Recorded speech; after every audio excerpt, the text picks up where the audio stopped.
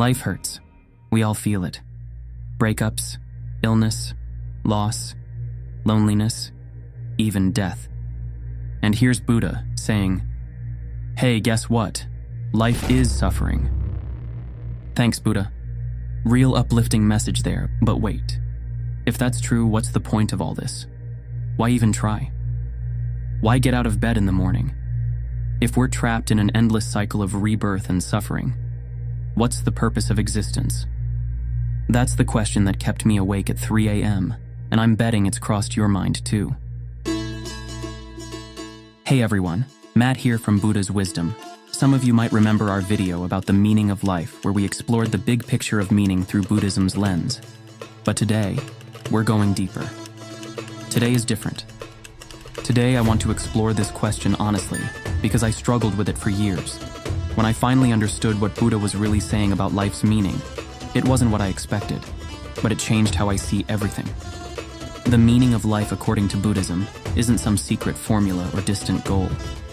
It's something both simpler and more eye-opening than most of us realize.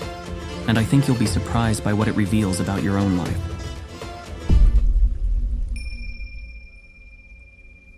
Let's start with a question. When was the last time you thought, I'll be happy when I get that promotion, when I find the right relationship, when I finally lose those 15 pounds, when I have enough money? I used to do this all the time. One day I caught myself thinking, I'll be happy when I understand Buddhism better. And then I realized the irony. I was using Buddha's teachings as another happiness trap. Here's what most people get wrong about Buddha's first noble truth. When he said life is suffering, he wasn't being a downer. The Pali word dukkha doesn't just mean suffering, it means unsatisfactoriness. That feeling that something's always a little off. Remember last month when you finally got that thing you wanted so badly?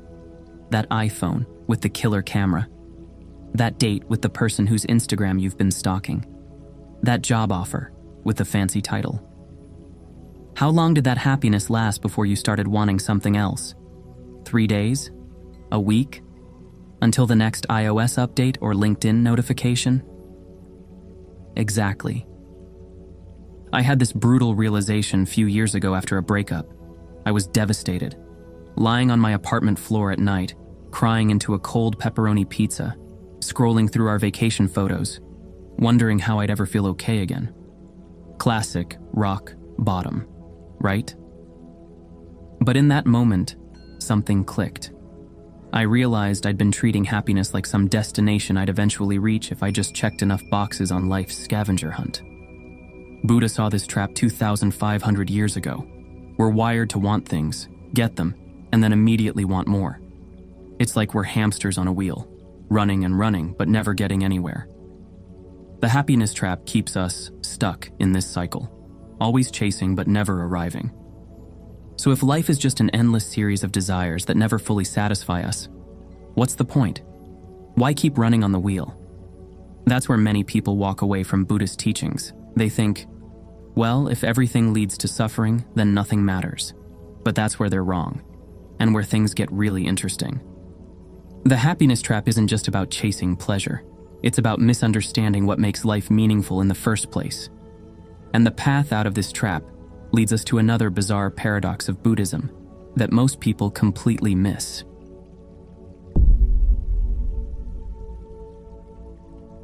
Have you ever played a video game that's impossible to win? That's what seeking enlightenment can feel like sometimes. When I first got into Buddhism, I had this image in my head. Me sitting cross-legged on a mountain, perfectly serene. Problems just bouncing off my enlightened force field. I'd finally made it. But after years of practice and study, I realized something uncomfortable. I was playing an impossible game. Let me explain.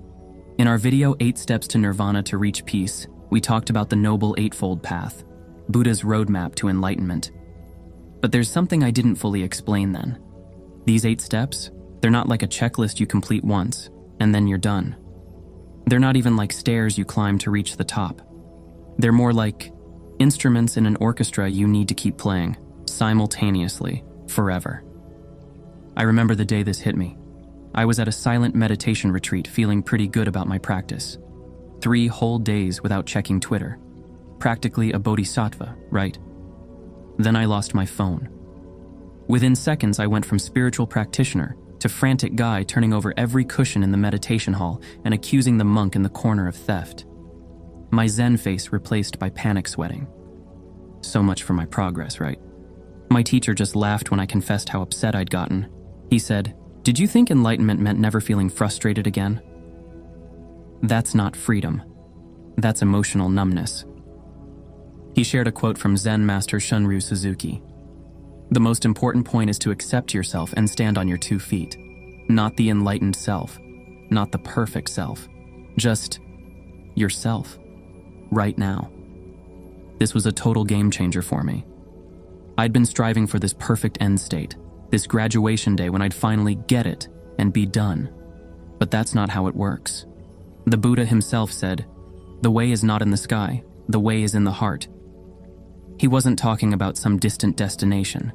He was talking about how we meet this moment, right here. So if enlightenment isn't a finish line, if nirvana isn't some trophy we eventually earn, what's the point of all this effort? Why meditate? Why practice? Why try to live ethically if we're never done? The answer completely changed my understanding of what Buddhism is actually about.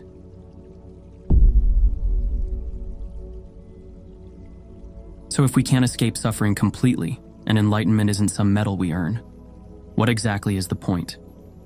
This was the question that kept me up at night, and the answer I found changed everything. Buddhism has a secret weapon that transforms how we experience suffering. It's not meditation, though that helps. It's not detachment, though that's part of it. It's something much simpler and more powerful. Compassion. I used to think compassion was just being nice to people. Hold doors open, donate to charity, basic good person stuff. But Buddhist compassion, what they call karuna, goes way deeper. Let me get personal for a minute. Last year, my mom got sick, really sick. I moved back home to help care for her. Feeding her soup she could barely swallow, helping her to the bathroom at 3 a.m., watching her hands tremble as she tried to hold a glass of water. The antiseptic smell of the house, the constant beeping of medication reminders, the hushed phone calls with doctors. It was brutal.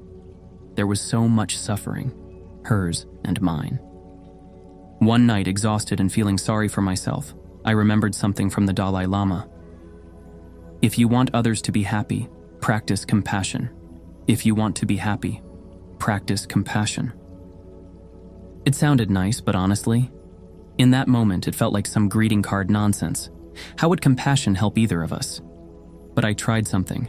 Instead of seeing my mom's situation as this horrible thing happening to both of us, I started seeing it as an opportunity to express love. The same tasks, helping her eat, helping her walk, but with a different intention. Everything looked different. The suffering didn't disappear. My back still ached from lifting her. I still woke up exhausted. She still had bad days. But it had meaning now. It wasn't pointless pain. It was love made visible. Those moments holding her hand while she slept weren't just duties to endure. They became the most important meditation I'd ever practiced. Buddha understood something fundamental about human psychology. When we focus only on our own happiness, life can feel empty and pointless. But when we connect with others, when we make alleviating suffering our purpose, meaning appears naturally. Buddha taught that our purpose emerges naturally when we align our actions with compassion and mindfulness.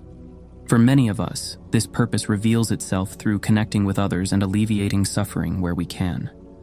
But here's where we often go wrong, especially in the West. We try to find meaning in the wrong places.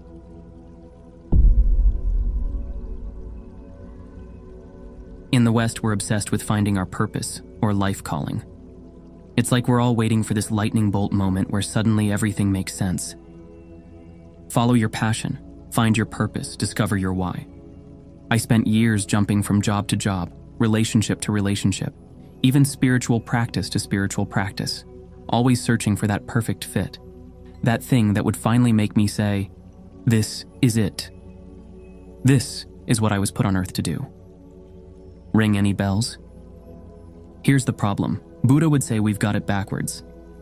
The Dhammapada teaches us about the importance of putting our full attention and effort into our actions. But the key insight isn't finding the perfect work. It's giving your heart to whatever is in front of you. I learned this lesson in the most unexpected place, washing dishes. During a 10-day silent retreat, I was assigned to dish duty. 10 days of scrubbing other people's crusty plates in silence. Not exactly my idea of spiritual growth. By day 3, I was miserable. This is not why I came here, I thought. I should be meditating, gaining insights, having breakthroughs, not washing dishes. On day 4, something weird happened. I fully gave up. I surrendered to the fact that for the next 6 days, I was just the dish guy. My spiritual resume would read, enlightenment seeker and part-time dishwasher. And in that surrender, the world tilted on its axis. I started really washing those dishes, feeling the warm water against my skin, noticing the rainbow patterns swirling in soap bubbles, hearing the soft clink of plates being stacked, feeling gratitude for the calloused hands that chopped and stirred and cooked the food, wishing well to the people who'd eaten from these plates, even the guy who somehow managed to get peanut butter on both sides. It wasn't a lightning bolt moment. It was quieter than that. But suddenly, washing dishes had meaning. Not because the task itself was important, but because I was fully present for it. The Buddha never said find your purpose. He said be fully present for your life as it unfolds. The Western obsession with finding that one perfect purpose keeps us always looking toward the future, missing the meaning that's available right now. This completely contradicts how most of us think about meaning and purpose. We think meaning comes from doing extraordinary things, starting a billion-dollar company, getting 1 million followers, having our face on a billboard. But what if the most meaningful life comes from bringing extraordinary presence to ordinary things? What if your morning commute, that boring team meeting, or folding laundry could be just as meaningful as summiting Everest? This leads us to the most counterintuitive truth of all.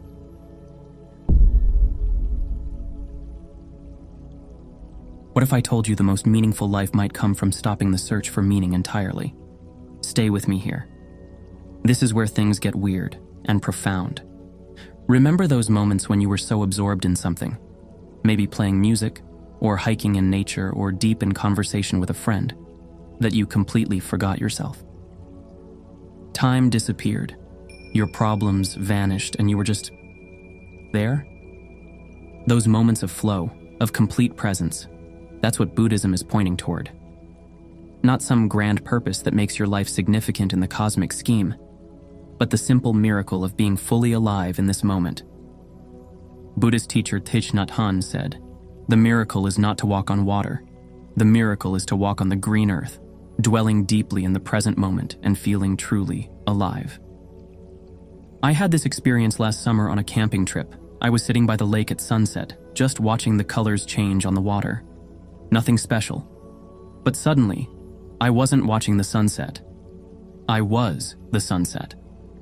The boundary between me and the world just dissolved.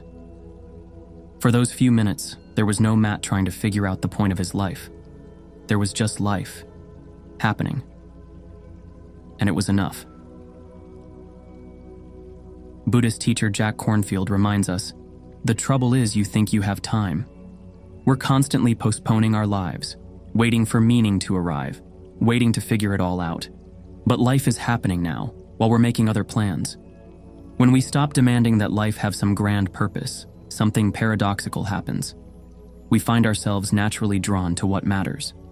We stop asking, what's the point? And start asking, what's needed here? How can I help? What wants to come through me? The Japanese concept of ikigai, your reason for being, isn't something you discover once and for all. It's something you practice daily, through the way you engage with your ordinary life. This isn't giving up. It's not nihilism. It's actually the most engaged way to live. When we stop treating life like a problem to solve or a test to pass, we can finally show up for it fully. And that brings us to the ultimate plot twist in Buddha's teachings.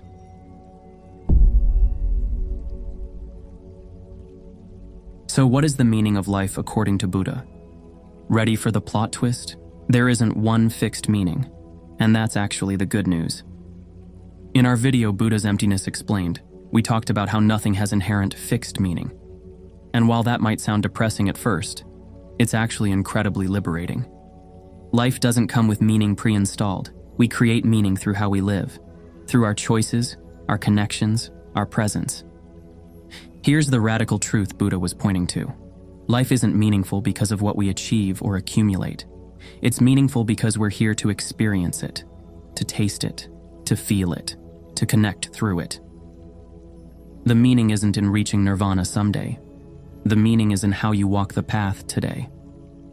I remember asking my teacher, but what's the point if we're all just going to die anyway? She laughed and said, Matt, do you only eat pizza if it lasts forever? Do you refuse to watch Netflix because the series will eventually end? Do you avoid falling in love because all relationships change? Your question is like deleting Spotify because songs have endings.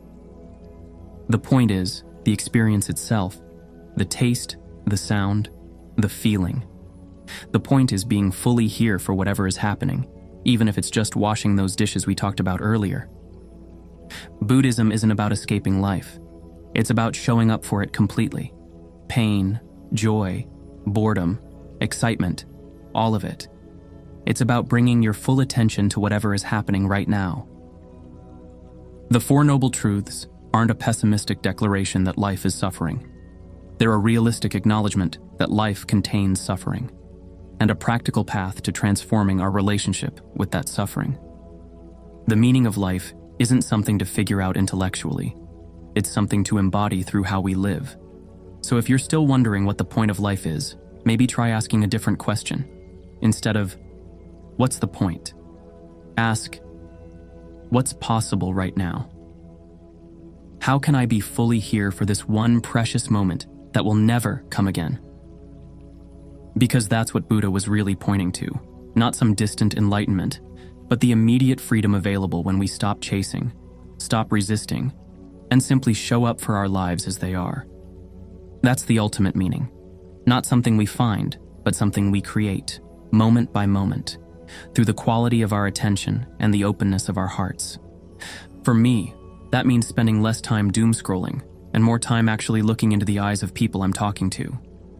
It means tasting my food instead of inhaling it while watching YouTube.